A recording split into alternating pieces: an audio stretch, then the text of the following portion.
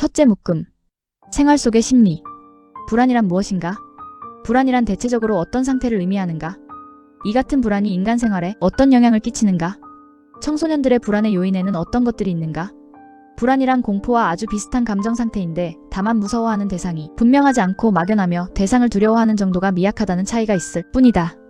스필버거 미국의 심리학자는 불안을 긴장과 두려움이 불쾌하게 의식 속에서 지각되는 감정 상태인데 이때 자율신경계통의 흥분이나 이와 연합된 활동이 결부되어 나타나는 것이라고 정의하였다. 이렇듯 그는 불안의 주된 요인을 두려움이나 근심이라는 의식 요인과 이에 수반되는 만성적인 정서 상태로 본다. 또한 근심이 일에 실패할 때 나타나는 결과를 인지적으로 문제 삼는다면 정서는 생리적 기능, 특히 자율신경계통의 기능 변화에 관련된다고 본다. 이렇듯 불안은 불쾌한 긴장 상태다.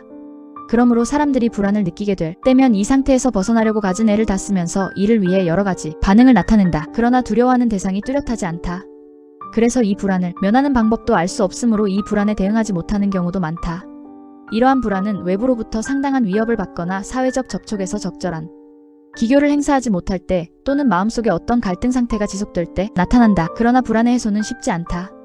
그러기 때문에 불안 상태가 오래 지속될 수밖에 없고 이에 따라 불안이 만성화되면 병적 행동으로 굳어지거나 성격 자체가 일그러지기도 한다. 쉽게 해결하기 어렵고 깨뜨리기 힘든 이 같은 불쾌감의 상태를 프로이트는 자아가 위험을 느끼면서 자기 힘으로 감당해 낼 수 있느냐의 여부를 저울질해 자신의 무력을 자인할 때 나타나는 상태라고 본다. 그는 직면하고 있는 위험, 상황이 외적 세계에서 유래되었음이 분명할 때 이를 현실 불안이라고 이름하고 그 위험 사태의 기원이 초자아에 있다고 보일 때 이를 도덕적 불안이라고 한다. 그리고 그는 위험 사태의 기원이 이드 본능에서 연유한다고 할 때 이를 신경증적 불안이라고 한다. 그는 바로 이 신경증적 불안이 신경증의 병인으로 작용한다고 보고 이런 불안이란 정체 모를 위험에 대한 두려움의 정서 상태라고 한다.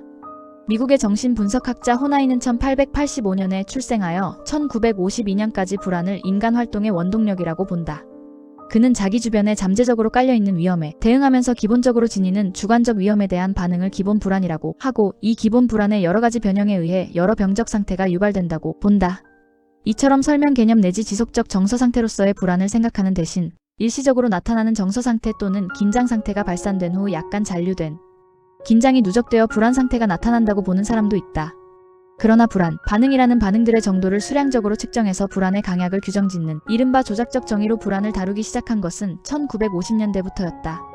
임상 심리학적으로는 현재 심한 불안이 지속되거나 때때로 심한 불안 발작이 나오는 경우 이를 병적인 것으로 간주한다. 이때 전문가의 처치가 요구된다. 그러나 약간 심한 불안 상태는 일시적이면서 지속적으로 흔히 있을 수 있다. 그러므로 이러한 상태는 생활에 지장은 주지만 이를 쉽게 극복할 수도 있다고 본다. 그 후 이 불안 반응 내지 불안 상태를 요인 분석해 본 결과 이들은 만성적 불안과 급성적 불안으로 나뉜다. 전자는 비교적 영속적인 성격을 띠며 후자는 상황에 따라 변하는 일시적 정서 상태를 띈다. 스필버거는 이 두 불안을 특성 불안과 상황 불안이라고 한다. 상황 불안은 일시적 정서 상태로서 객관적 위협과는 상관없이 주관적으로 느끼는 것에 따라 그 강도가 불규칙하게 변한다. 특성 불안은 안정성이 있으며 개인의 차가 많고 상황 불안의 밑받침이 된다. 특성 불안의 세기가 강해지면 상황 불안도 더 자주 나타나며 더 세게 나타난다. 그러므로 비교적 안정된 특성 불안을 기초로 하여 주변에서 작용하는 스트레스에 의해 그때그때 강도가 다른 상황 불안이 나타나게 마련인데 이때의 스트레스는 심리적 스트레스와 물리적 스트레스로 나뉜다. 자존심이 손상이나 자아의 위협이 되는 것을 전자로 본다면 신체적 손상이나 심한 통각이 위협받고 있는 것은 후자라고 하겠다. 실패할지도 모른다는 근심이 있을 때는 특성 불안의 측정치에 일시적으로 다소의 변동이 있을 수 있겠지만 높은 특성 불안을 지니게 되면 자기 비하를 유발하는 상황에서 높은 상황 불안이 나타난다. 물리적 스트레스는 상황 불안을 높이지만 특성 불안에는 영향을 주지 못한다.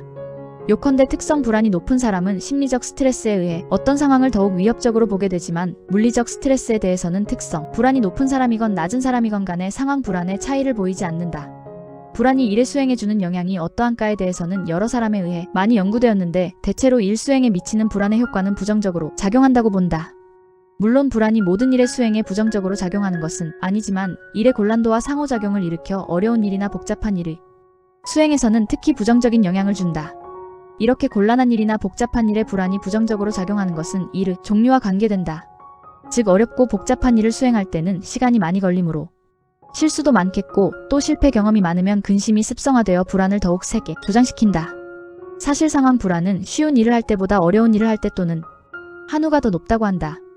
그러므로 특성 불안이 높은 사람은 실패를 많이 할수록 학습이 부실해지고 성공을 많이 할수록 학습이 더욱 효과적으로 진행된다. 곤란한 일에 불안이 더욱 부정적인 작용을 하는 이유를 불안이 단기 기억 작용에 부정적 영향을 끼치기 때문이라고 보는 견해도 있다. 사실 불안은 단기 기억의 효율성을 감소시킨다. 이것으로 미루어 보아 아마도 불안의 단기 기억 체계의 기능을 좌우하는 요인이 있지 않나 하고 1960년 이후 이 방면에 대한 연구가 많이 진행되고 있다. 한편 불안은 주의 과정 중 특히 선택작용에도 영향을 끼친다. 의도적 학습과 우연적 학습이 합쳐 있을 때 의도적 학습에는 불안이 큰 영향을 끼치지 못하지만 우연적 학습에는 많은 영향을 끼친다. 이는 불안이 높으면 높은 우선권을 지닌 자극을 선택하기 때문이다. 그러나 불안이 주의의 통제력에 영향을 끼치는 기제에 관해서는 아직 정설이 없다. 불안이 자극의 주의를 집중시켜서 산이 흩어져 일부가 없어짐을 막는 힘이 있다고 보기도 하고 반대로 불안이 주의의 산이를 조장한다고 보기도 한다. 결국 불안은 산이를 조장하기도 하고 감소시키기도 하는데 특히 높은 불안은 복잡한 일을 할 때 산일이 증진된다. 불안한 사람은 자신에 관해 많은 대가를 치르면서 복잡한 일을 수행하므로 부가적인 산일 자극에 아주 약한 편이라겠다. 산일은 외적 자극에 의해 나타나는 것만은 아니고 내적 자극에 의해서도 나타난다. 내적 사고나 상념에 의해 진행 중인 주의가 산일이 되기도 한다. 내적 자극에 의한 이러한 산일은 불안이 심해지면 근심이 생기고 편견에 빠지기도 하여 하던 일에서 주의가 벗어나고 만다. 검사에 심한 불안을 보이는 사람은 검사할 상황에서 명상적 생각이 주가되는 근심에 사로잡혀 해야 할 일 그 자체에는 적절한 주의를 기울이지 못한다. 앞서 지적했듯이 불안이 기억 기능에 부정적 영향을 끼치는 것은 불안이 정보 처리 과정에 영향을 끼치기 때문이라고 한다. 불안은 정보 처리 과정 중에서도 특히 정교화의 억제나 처리의 범위를 좁히는 기능을 한다. 불안이 높으면 강한 단서의 재생은 영향받지 않으나 약한 단서의 재생은 이것의 영향으로 광범위한 처리 과정이 요구된다. 이에 따라 처리 과정이 정교화가 억제된다. 결국 불안이 일을 수행하는데 부정적 영향을 끼친다고 하는 것은 단기 기억 작용을 억제하고 주의의 선택력을 증진시키며 주의의 통제력을 억압하는 작용 때문이라겠다. 이렇게 고찰해 볼 때 일을 수행하는데 끼치는 불안은 아주 적다고 보는 것이 옳다. 이 같은 불안의 영향을 극복하려면 불안 중에서도 특히 근심 요인의 재검토가 시급하다. 근심은 일을 수행하는데 부정적으로 작용한다. 이 근심은 일을 수행하는데 적합하지 않은 정보 처리 과정이기 때문이라 하겠다.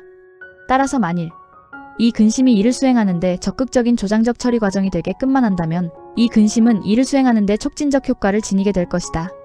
요컨대 불안은 주의 과정의 선택작용을 증진시키며 단기 기억 능력과 그 정확성을 감속시킨다. 또한 불안은 장기 기억에도 부정적으로 작용하며 주의의 통제력을 감소시켜 수행하는 일 혹은 그 일에 관계없는 근심까지 하게 한다. 이것은 불안이 자기 관여 활동에도 주의를 분산시키기 때문이다. 서구의 문학자들은 청소년 시절을 질풍노도의 시기라고 해서 낭만적으로 이 시절을 미화시키고 있으나 정신분석학자들은 청소년 시절을 심리적으로 교란이 심한 때로 파악한다. 그러나 정상적인 청소년들을 대상으로 연구해 보면 반드시 그렇지만도 않다고 한다. 어쨌든 청소년기는 인간의 일생 중에서 가장 의욕적이고 어려움이 많다고 느껴지는 시기임에 틀림없다. 청소년 시절에는 변동이 많다. 신체적인 급성장과 성적인 성숙 등 여러 변화가 연속되고 인지작용도 발달한다. 이와 아울러 사회적 욕구가 분명해지면 독립 요구가 두드러지게 나타난다. 그리고 친구와 어른들에 대한 관계에도 변화가 생긴다.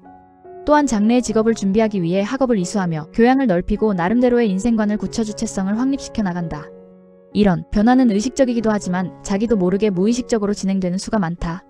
이러한 변화 과정이 스트레스를 수반하기도 하는데 변화 후에 전개되는 새로운 역할 수행이 큰 스트레스를 가져다 주어 이와 관련해 불안이 나타난다고도 볼 수 있다. 그러면 청소년들이 불안해하는 일반적인 요인들이 무엇인지 살펴보자. 현대 사회에는 일률적으로 적용되는 규범이 있을 수 없다. 그뿐만 아니라 현대 사회에서는 가치관도 다양해 세대 간 개인에 따라 혹은 같은 개인에게서도 그때그때의 상황에 따라 적절한 가치 기준을 찾아야 하므로 가자는 가치 기준 적용에 신중을 기하고 머리를 많이 쓰게 된다. 이러한 생활 조건에서는 불안이 불가피하게 나타난다. 우리 사회에서는 아이들을 어릴 때부터 과보호로 다룬다. 이들이 청소년기에 이르면 갑자기 높은 수준의 독립성과 역할 수행을 요구받게 된다. 이러한 강요에 떠밀리는 청소년들은 심한 부담감을 지니며 불안해질 수밖에 없다. 이에 관련시켜서 생각할 수 있는 것은 소임의 인지와 실천 사이에서의 괴리감이다. 즉 청소년 부모나 사회가 기대하는 것과 자기가 해낼 수 있는 것 사이의 격차가 심해 불안을 느끼게 된다. 사회가 점차 핵가족화되면서 가정 내에서의 아버지의 역할이 약화되는 것도 불안의 한 요인이 된다. 특히 아버지를 접할 기회가 적어지면서 남자아이의 경우 아버지를 자신과 동일시할 기회가 그만큼 줄어든다. 이에 따라 남자 아이는 성장한 후 남자로서의 소임을 수행해 볼 기회가 적어진다. 이 때문에 그 아이는 자아상이 뚜렷하게 되지 못할 뿐만 아니라 어떠한 일에든 자신 있게 대응해 나가지 못하고 공연히 불안스러워하는 경향을 지니게 된다. 또 하나 우리 사회에서 청소년을 지나치게 불안하게 하는 요인은 입시, 준비에 치중된 교육 분위기에도 있다. 독립심을 기르고 인생관을 확립시키며 직업 준비에 열중할 시기에 입시 경쟁에 몰두하다 보니 결과적으로 확고한 인생관이 없는 무정견한 사람이 되기 일쑤다. 이러한 무정견의 상태에서는 불안이 그의 생활 저변에 자리 잡고 괴로움을 주게 마련이다.